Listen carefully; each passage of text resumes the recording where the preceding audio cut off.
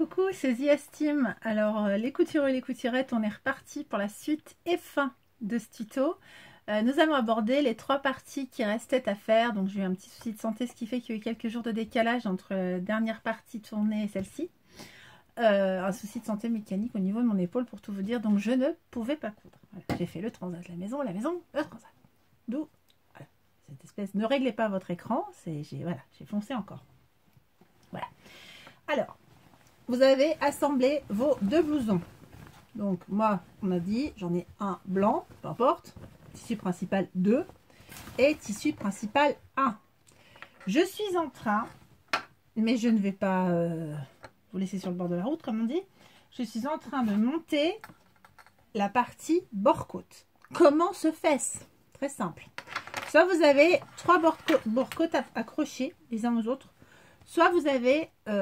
un seul et unique bord-côte comme moi. Alors, sachez que quand on a un seul et unique bord-côte comme moi, je vous invite à revérifier que étirer, il fait la longueur du blouson et non pas beaucoup plus. Il s'avère que moi, il est tellement extensible que j'ai dû enlever tout ça. Il faut toujours en enlever sur un bord-côte. Regardez comme il est extensible. Il fait le double pratiquement. Il est de 50% d'extensibilité. Donc, alors, il fait le double. Qu'est-ce que ça veut dire ce que je viens de dire? Je vous le dis quand même. Quand il est comme ça, s'il fait 20, puis quand j'étire, il fait 40, c'est qu'il double par 2 son expi. Vous voyez, il ne revient pas super. Alors, je pense que ça va donner ce blouson, mais vous voyez, il ne revient pas tout à fait à 20, il gondole un peu. À mon avis, voilà. On va faire comme ça, on va leur donner un petit peu sa forme. Voilà. En fait, à force d'être sollicité, avec la chaleur, il reviendra à sa forme de départ. Mais il a tendance à ne pas y revenir tout de suite. C'est, je ne sais plus ce que c'est. Mémoire de forme, un peu, il ne l'a pas super, lui. Donc voilà, quand ça multiplie par 2, c'est que vous avez quelque chose qui... à 50% d'extensibilité. Enfin, même, attends, je dis une bêtise. Il a même 100% d'extensibilité puisqu'il se multiplie par 2. Donc, c'est beaucoup trop pour un bas de bombers comme ça. Parce que si on met la distance qui nous a été demandée dans le patron, donc c'est pour ça que je vous dis de le vérifier, en fait, le bas du bombers, il va flotter. Il ne va pas revenir contre le corps. En plus, on a vu que moi, j'ai un bord-côte qui, à cause peut-être du lurex, etc., qui ne revient pas exactement dans sa forme initiale. Il s'agrandit un petit peu. Donc, j'en ai enlevé un bout. Comment j'ai fait ensuite pour le placer? Alors, il y a 2 méthodes. Je vous rappelle que moi, j'utilise un bord-côte que je ne vais pas plier. Je vais donc, quand je vais le coudre, laisser un petit pli d'1 centimètre. Ce petit pli d'1 centimètre là, je ne vais pas le coudre, pardon. Je ne vais pas le coudre, ça. Je vais laisser un petit rebord d'1 centimètre, c'est pour aller mettre ma fermeture éclair. Si on n'en a pas besoin, il est possible qu'on n'en ait pas besoin, je n'ai pas encore fait ce montage, on coupera. Mais là, je me le laisse par sécurité. Donc, je vais coudre jusqu'au bord du tissu devant. Mais je vais me laisser une margeonnette. En plus, si c'est temps à fond, si j'en ai pas besoin, je couperai, ça ne me manquera pas. Mais je vais me laisser une margeonnette d'1 centimètre. Me semble-t-il, on va en avoir besoin. Je n'ai pas encore testé, donc j'apprends comme vous au fur et à mesure. Mais on risque d'en avoir besoin pour placer la fermeture éclair. Pourquoi ? Parce que la plupart d'entre vous, vous allez avoir un système comme ça. Blouson du devant, bord-côte plié en 2, blouson de l'arrière. J'aurais pu le faire avec celui-ci, vous avez vu. Voilà, bah, ça m'aurait fait un bord-côte avec en bas, je ne sais pas si vous voyez, une petite bande noire. Moi, j'ai envie de l'avoir complètement déplié. Je trouve ça plus joli. Donc, comme j'ai envie de l'avoir complètement déplié, je fais comme ça. Vous voyez, je fais un petit centimètre de secours, sécurité, de oh là là, on ne sait jamais. Bon. Ensuite, vous allez placer... J'avais mis des épingles, je l'ai laissé exprès pour vous montrer. J'avais mis des épingles où normalement, il y aurait dû avoir la couture. Alors bien sûr, comme j'ai allongé un peu mon bord-côte, j'ai un peu déplacé ces épingles. Mais tout ça pour dire, cette distance-là représentait le bord-côte 1. Cette distance de l'autre côté représentait le bord-côte 2 des avants. Donc j'ai en gros matérialisé où est-ce que serait arrivé ici et ici au niveau de la couture. Où est-ce que serait arrivé mes 2 parties dos, d'accord? Comme j'ai matérialisé ça, contre cette matérialisation ici, je vais prendre le temps de vous montrer. Vous voyez, ici, j'ai ma petite épingle qui me disait, tu vois, si tu avais cousu ton bord-côte, il serait cousu ici. Donc, qu'est-ce que j'ai là? Bah, j'ai mis dans le prolongement la couture du dos de mon blouson. Donc, maintenant, j'enlève tout mon petit montage qui m'a servi à vous montrer. Et je positionne vraiment bien ma couture. Et j'ai décidé de plaquer les coutures dos, non pas ouvertes, mais vers l'intérieur. J'ai un tissu qui s'effiloche pas mal, alors ouverte, ça va rimer à rien. Je vais plutôt les mettre vers l'intérieur. C'est celui-ci qui s'effiloche pas mal. Voilà. Bon. C'est une nouvelle comme une autre. Encore fallait-il le savoir. Donc, on dispose les pinces tout du long, des pinces ou des épingles. Hein. Je vous montre, si j'avais mis une épingle, ce serait bien pareil. Si vous avez des pinces, c'est mieux. Si vous avez des trombones, ça marche aussi. Si vous avez les petites pinces, comme je vous ai montré l'autre jour en bois, enfin, je ne sais pas si je vous les ai montrées dans ce tuto ou dans celui qui n'a jamais été diffusé, donc je vous remontre. Sachez qu'un jour, j'ai commandé des pinces dites Glover, comme ça, qui ne sont pas forcément de la marque Glover, mais des pinces dites Glover.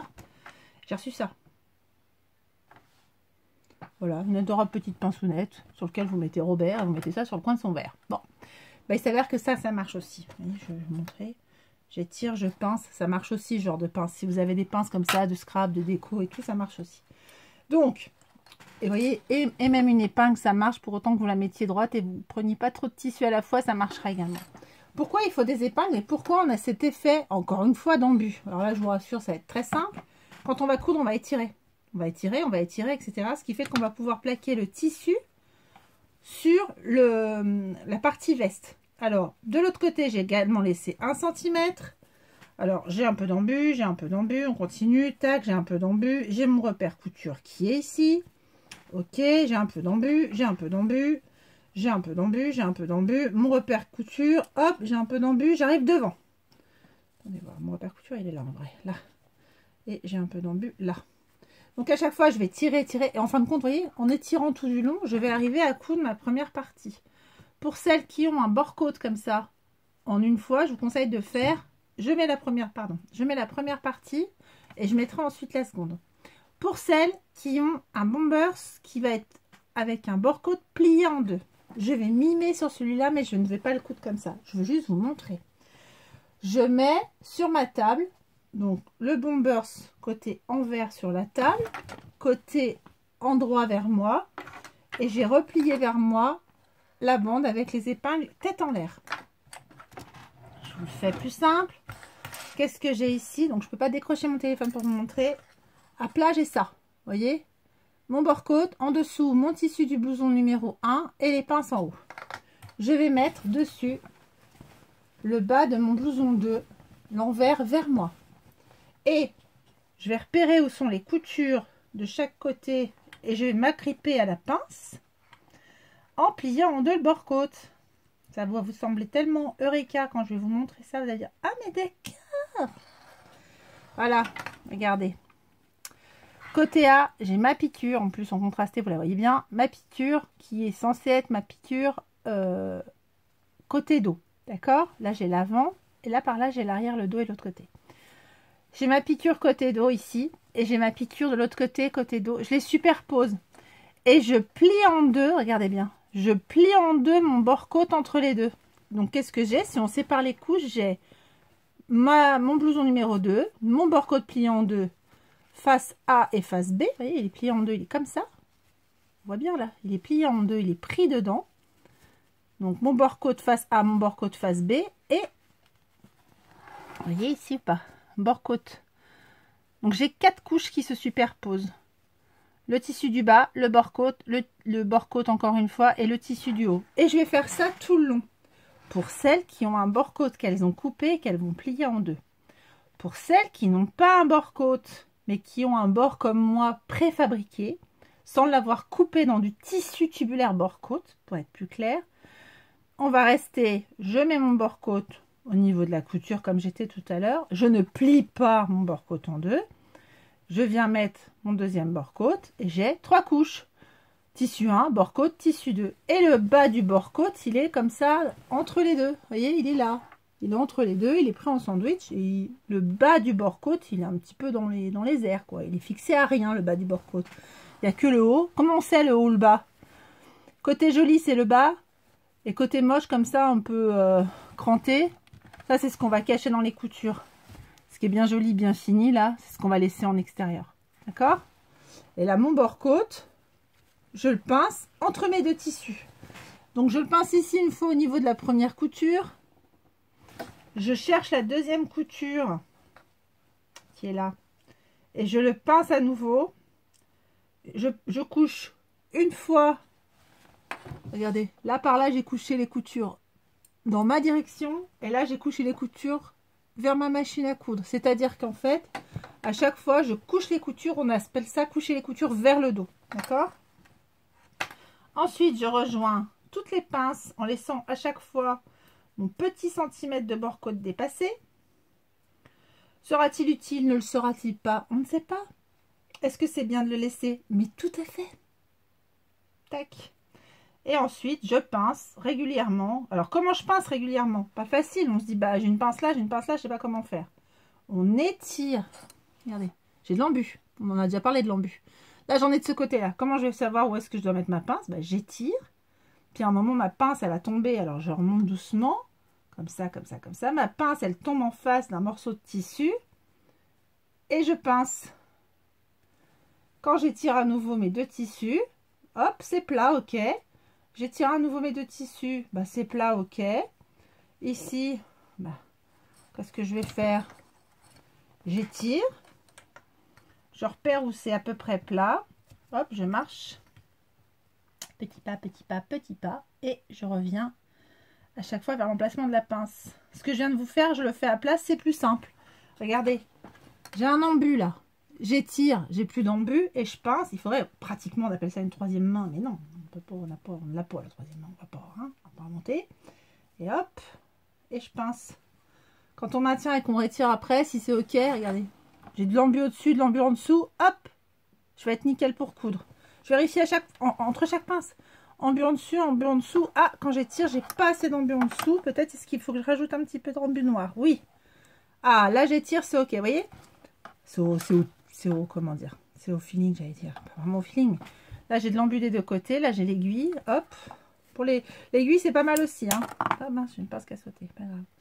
L'aiguille, c'est pas mal aussi pour ce qui est de fixer de l'embu, je trouve. Regardez, hop, là, ça ne bougera absolument plus. La pince, elle peut sauter, vous voyez, elle peut bouger.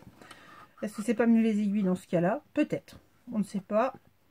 Regardez, je me mets à ce niveau-là, j'étire, je remonte mes deux tissus.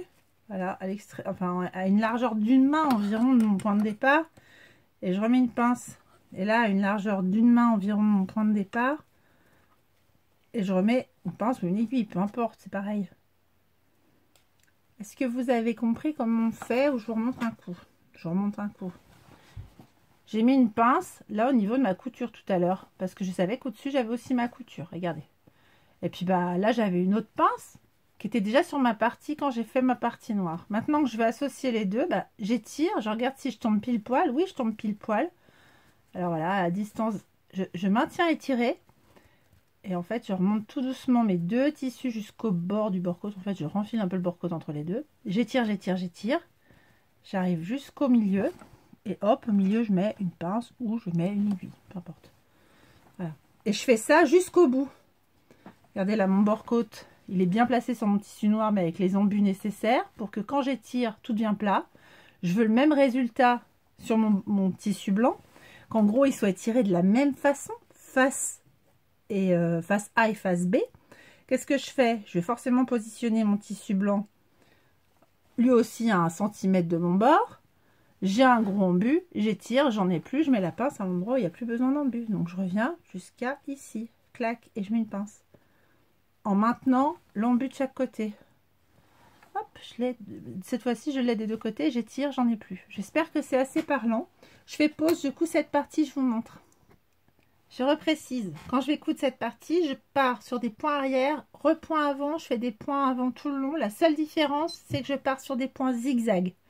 Je veux garder l'extensibilité de mon bord-côte, il est hors de question de le rigidifier le long de mon tissu. Je veux garder le fait qu'il soit un petit peu élastique lui, alors je couds avec du point zigzag. D'autant plus que mon bord-côte, c'est dans les familles des mailles, donc des jerseys. Il a besoin, lui, d'un point zigzag. Je ne sais pas si vous voyez, je vais essayer de vous montrer sur une petite distance. Je me sers de mon majeur et mon annulaire pour tenir comme une pince, un peu étirée, sous mon pied de biche, maintenant que j'ai fait quelques points, pour démarrer mon ouvrage. Mon tissu blanc, mon bord-côte, mon tissu noir. Donc tissu A, tissu B, bord-côte entre les deux. Qui est 2 épaisseurs de bord-côte ou une seule. Ce qui change, c'est la nature en elle-même de votre bord-côte, pas la technique. Donc je pince entre mon annulaire et mon majeur. Je maintiens avec ma main gauche mon tissu. C'est comme si on poussait un peu avec sa main gauche et comme si on tirait un peu avec sa main droite. C'est schématisé, c'est imagé. C'est pas exactement ça, mais vous voyez, la main du dessus pousse, la main du dessus, elle a tendance à étirer un petit peu pour que tout soit nickel. Alors, point zigzag. Hop, alors il a fallu que je choisisse coudre en noir ou coudre en blanc. Ah, c'est un peu le... Hein. Je me suis dit, je me suis fiée à ma face principale. Ma face principale, c'est blanc. C'est noir, pardon. Je me suis dit, bah, tant pis, si on voit quelques points noirs sur le blanc, voilà. Moi, je vais plutôt coudre en blanc. En noir. Oh là, je vais y arriver. Donc voilà, vous voyez, j'étire. Je fais attention que mon bord côte, par contre, vous voyez, là, il dépasse de presque 1 cm, c'est trop. Faut vraiment pas qu'il dépasse, faut que tout soit aligné et je couds. On peut même tenir à deux mains si vraiment on se sent pas. Vous voyez comme j'ai fait là. Là, je veux pas que ça parte, je veux pas que ça parte. Je maintiens au-dessus, je maintiens en dessous. Je tire même un petit peu le bord côte entre les deux pour pas qu'il s'en aille. Voilà. Et donc, tout va être soudé. Vous voyez, regardez là, j'ai un peu d'embu. À faire, oh, vous voyez bien là. Embu en dessous, embu en dessus. Je vous laisse regarder là, je peux pas focuser, mais je vous demande de regarder là. J'ai de l'embu noir, j'ai de l'embu blanc, mais j'ai mon tissu qui est entre les deux, qui est élastique. J'ai qu'à tirer pour maintenir mes 3 couches superposées. Personne ne m'empêche de bien venir tout repositionner au fur et à mesure pour bien être au bord de chacun des 3 tissus. Voilà. Et je maintiens mes 3 tissus, je pince, je tire. Quand je dis je tire, c'est je tire un peu derrière. Voilà, et j'avance. Je vous laisse faire ça jusqu'au bout, on se rejoint tout de suite.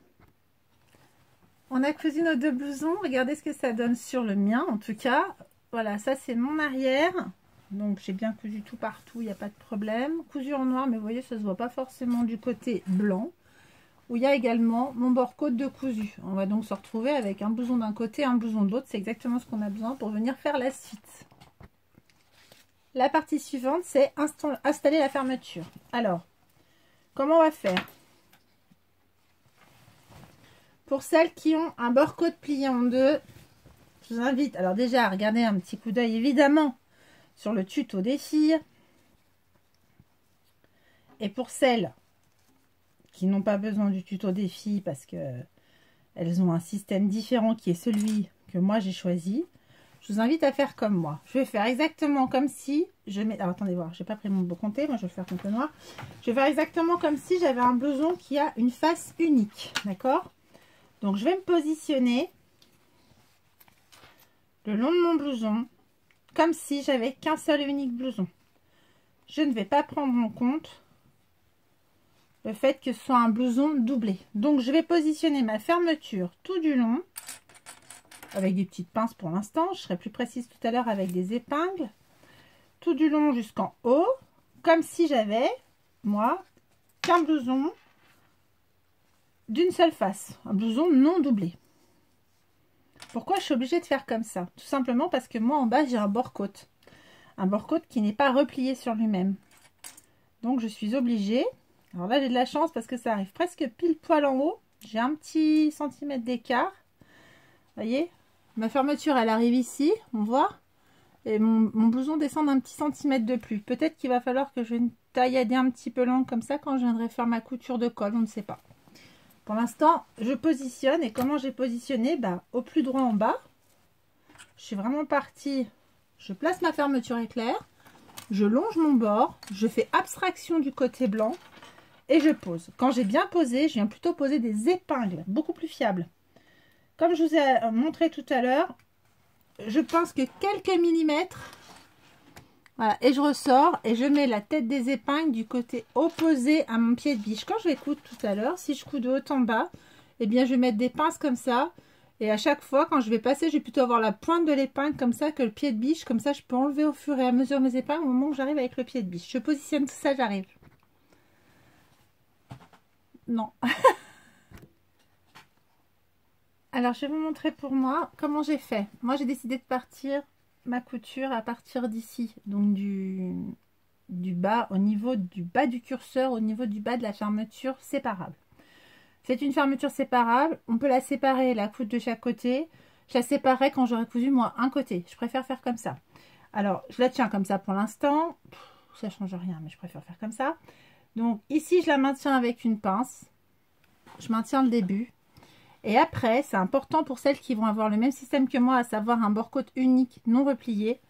Je repousse la partie blanche sur le côté et je mets une petite pince pour que ça parte par là, pour qu'en aucun cas ma couture là ne passe dessus. Donc je la pousse le plus loin possible et je mets une petite pince en travers devant. Et après, ce que je vous disais tout à l'heure, les petites pinces, il faut les mettre comme ça, vous voyez, le plus proche possible les unes des autres. Et puis on met une petite pince tous les, allez, maximum 2-3 cm. On maintient de 4 mm à peu près les deux parties et on couds jusqu'en bas. Je vous rejoins quand j'ai fini. Alors bien sûr, hein, vous prenez bien votre pied zip. Si vous l'avez dans des pieds standards ou quoi, enfin vous le reconnaîtrez, c'est celui-là. Pour ceux qui ont une Bernina, c'est le 4D. Voilà, c'est ce pied-là. Hein. Prenez pas autre chose, prenez bien un pied à zip comme ça. Pas zip invisible, juste pied à zip. De la même façon tout à l'heure et depuis le début du montage que vous vous êtes placé vraiment à droite le long de votre pied de biche, je vous invite à faire la même chose. Vous inquiétez pas, l'emplacement où ça va piquer, l'aiguille, il y a une petite encoche où l'aiguille pique. Si vous avez une Bernina, c'est l'aiguille qui se déplace. Si vous avez une autre machine un peu plus classique, on va dire, Bernina c'est assez particulier. Si vous avez une autre machine, généralement, vous allez changer simplement de côté votre pied de biche. Vous allez faire une fois le pied de biche sur la droite pour coudre à gauche et une fois le pied de biche sur la gauche pour coudre à droite. Là, dans mon cas, c'est uniquement mon aiguille qui se déplace. Et pour prendre un repère, pour coudre bien droit, je longe tout simplement avec le côté droit de mon pied de biche. Je longe non pas le long des dents, moi je fais l'inverse, je longe le long de ma fermeture éclair. Avant